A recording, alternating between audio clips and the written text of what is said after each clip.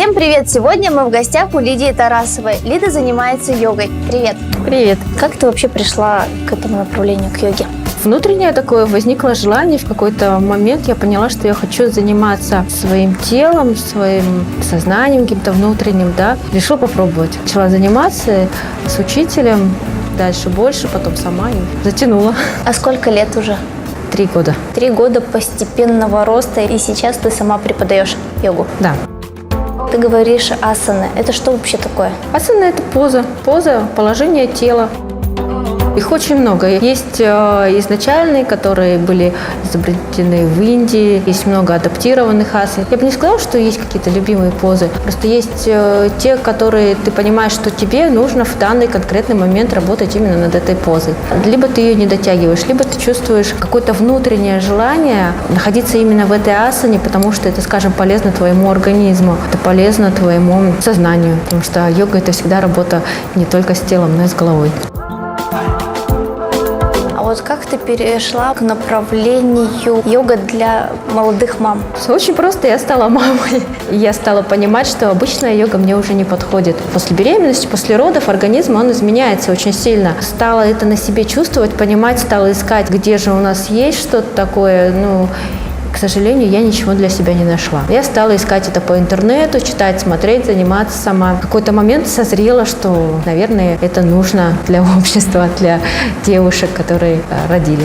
А какие асаны включает йога для рожавших девушек? Первое направление – это обязательно раскрытие грудной клетки. Почему? Потому что девушки, родившие, у них, как правило, нарушение осанки. Ведь они ходят вот так вот, да? Нарушение осанки, оно, естественно, связано с депрессией, потому что зажимаются легкие, когда вот ты находишься в таком состоянии. Соответственно, это отражается на работе сердца, кровообращении, работе мозга.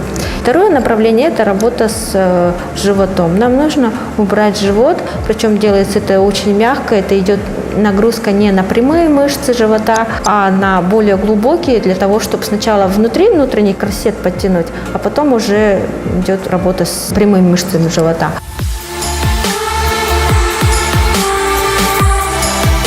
Третье направление – это стабилизация таза. И еще одно направление – это психологическое состояние девушки, что очень нужно молодой маме, у которой маленький ребенок. Все гуляют, танцуют, ходят в кино, а ты сидишь дома, у тебя ребенок, ты мама.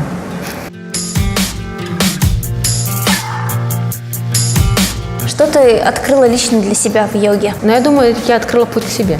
Йога – это не просто занятие с телом, это путь саморазвития. Ты сначала начинаешь понимать свое тело, потом ты начинаешь понимать дыхание свое, как контролировать свои эмоции, как развиваться. Мы сейчас с тобой разговаривали, и я поняла то, что йога – это комплекс психических, духовных и физических упражнений каких-то, да? А там на самом деле даже больше. Это в йоге есть 8 ступеней вот этого внутреннего роста. Первая ступень там моральные принципы, не насилие, а честность. Дальше идут уже самодисциплина, саморазвитие. А дальше уже асаны, владение своим телом. И там на самой высшей точке это такое состояние, которое называется самадхи. Это когда ты полностью отрешился от внешнего мира и познал высшее благо. Этому, конечно, стремятся все йоги, но доступно это совершенно единицам. То есть разделить, к примеру, только на физические упражнения мы не можем? Мы просто застрянем на одной ступени и все.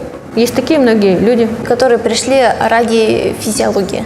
Чтобы да, это даже тело. тренера такие есть, которые вот на эту ступень встали и дальше не идут. Они могут там, я не знаю, хоть на голове стоять, но при этом у них духовного будет 0. То есть они дальше не пошли. А еще говорят то, что йога – это хорошее занятие для таких более взрослых, зрелых людей, возможно, даже для пенсионеров. Нет. Йога же бывает разная. Возможно, пенсионерская йога, это думают, что это вот когда ты просто сидишь там, суставами работаешь или еще что-то, медленно, плавно, без напряга. Допустим, я показывала тебе какие-то более силовые приемы. Это совершенно уже другое, это более молодежное, это более современная йога, когда много силовых приемов. Сейчас весь Инстаграм завален разными красивыми асанами, как они красивые девушки с красивым телом там в какую-нибудь такую позу встали. А насколько важна музыка?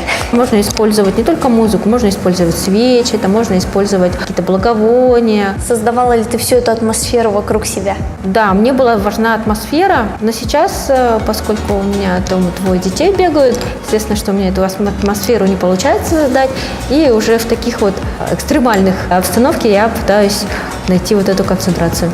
Спасибо тебе большое за урок, за интервью интересное. Успехов! Спасибо тебе, тоже успехов!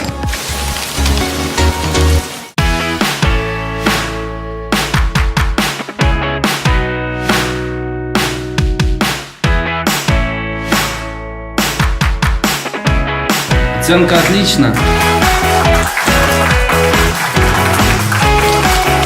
Выбери свой путь. Поступай во ФСИЭН. У каждого дела запах особый. У маляра пахнет краской роба. Куртка шофера пахнет бензином. Блуза рабочего – маслом машины. Руки стилиста – водой душистой. У визажиста – румяной пушистой. Пахнет электрик горелой проводкой. Сладким парфюмом с изысканной ноткой пахнет ведущий в день торжества. Ведь не секрет, пахнут все ремесла.